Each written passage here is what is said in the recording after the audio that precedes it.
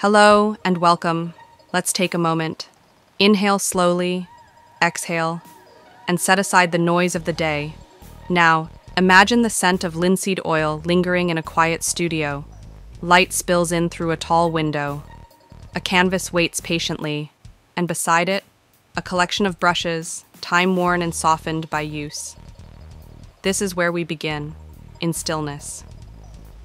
Today, we'll explore the world of oil painting, not as a checklist or a technical lesson, but as a journey. A slow unfolding of story, texture, color, and thought.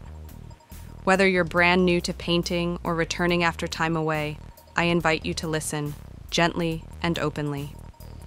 Let's begin, not with instructions, but with the past. Oil painting's history is long, deeper than most people imagine. Long before the Renaissance, artists in Afghanistan and India were experimenting with oils as binders for pigments, using them in cave murals and sacred art. But it wasn't until 15th century Europe that oil painting, as we know it, bloomed into its full voice. One name often whispered at this moment is Jan van Eyck. He didn't invent oil painting, but he elevated it. His luminous, layered panels were unlike anything seen before. Surfaces glowed with depth, transparency, and a stillness that seemed to breathe. From there, oil painting became the chosen language of the masters: Titian, Caravaggio, Vermeer, and later Goya, Turner, and Van Gogh. Why oil? Because it is forgiving, rich, versatile, and deeply human. The paint dries slowly, just like our thoughts. It invites pause. It encourages revision. It rewards patience. But you don't need a cathedral or a patron to start. All you need is a table, a surface, and the courage to begin. Let's talk about the tools, not in a rush, but with respect. The paint itself is made of pigment, the color, suspended in oil, usually linseed. These colors are ground into a buttery consistency that feels smooth under the brush. You'll find names like cadmium red, cobalt blue, burnt sienna, and yellow ochre. Colors artists have used for centuries. You don't need dozens. A simple palette, warm and cool versions of red, yellow, blue, and white, can carry you very far. Limitation, in art, often brings freedom. Then there are brushes, your instruments of voice. Flat, round, filbert, hog bristle for texture, soft synthetics for subtle blending. Hold them lightly, let them dance. And what will you paint on? Canvas, of course, but boards and even heavy paper primed with gesso work beautifully too. Start with what you have. Oil painting is more forgiving than it's made out to be. You'll also need a palette to mix color, a rag or towel, and a small jar of solvent, like odorless mineral spirits, to thin the paint and clean your brushes. A few drops of linseed oil can make your paint flow like cream. Now, technique. But before we talk about layering, glazing, and impasto, I want you to hear this. You are not here to be precise. You are here to observe, to feel, to let your eye and hand make something together, even if it's awkward. Especially if it's awkward. The classic approach begins with a ground, a thin, warm wash over the white of the canvas, often burnt sienna or ochre. This takes away the blinding white and gives your painting an atmospheric base. Then, an underpainting, a monochrome sketch in paint. Think of it like a shadow map, laying out the shapes and values before you begin with color. You can do this in umber or even black and white, and then you build. Oil painting is about layers. The old masters painted fat over lean, meaning more oil in the upper layers, less in the first. This helps the painting dry properly and avoids cracking over time.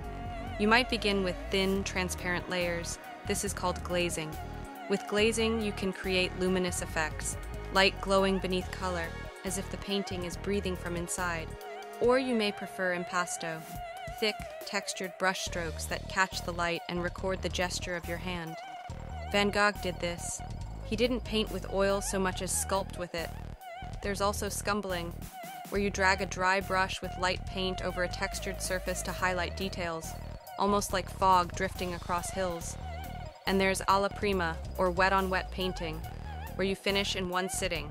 It's spontaneous, director, honest. But remember, these techniques are tools, not rules. The real art lies in your attention.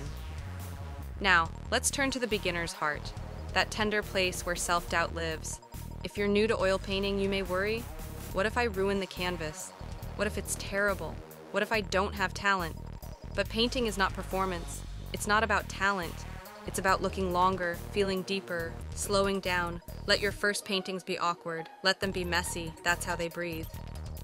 Start with something simple: a fruit, a flower, a single cup in sunlight. Don't overthink it. Sketch lightly with a brush. Block in basic shapes. Think in terms of value. How light or dark is this area? Mix your color slowly. Don't chase precision. Chase feeling. Painting is like listening, not telling.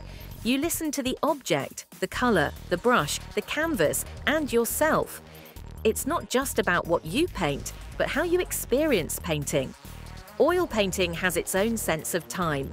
The slow drying means you can walk away and return.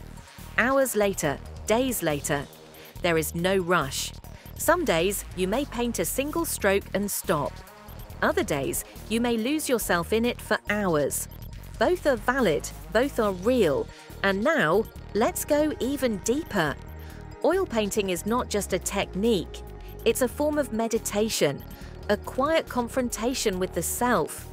You begin to notice things others miss: the blue in a shadow, the golden hue behind a cloud. You begin to feel how color holds emotion. A cool blue may carry calm or sorrow.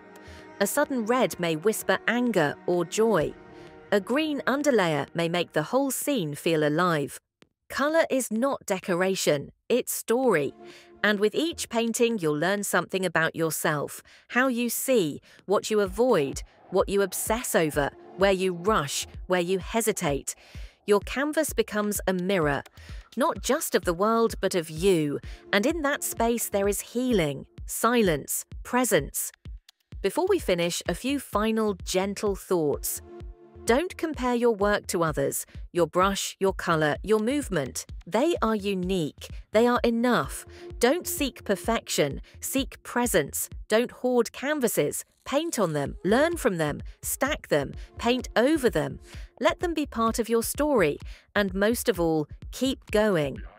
Oil painting isn't just for museums. It's for kitchens, studios, balconies, bedrooms. It's for anyone willing to pause and look and feel.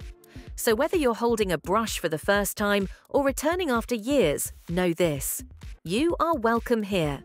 The paint waits, the canvas waits, and so does that quiet part of you that wants to speak in color. Thank you for being here with me. I hope this journey has opened something soft and curious in you. Until next time, breathe deeply, mix gently, and paint slowly.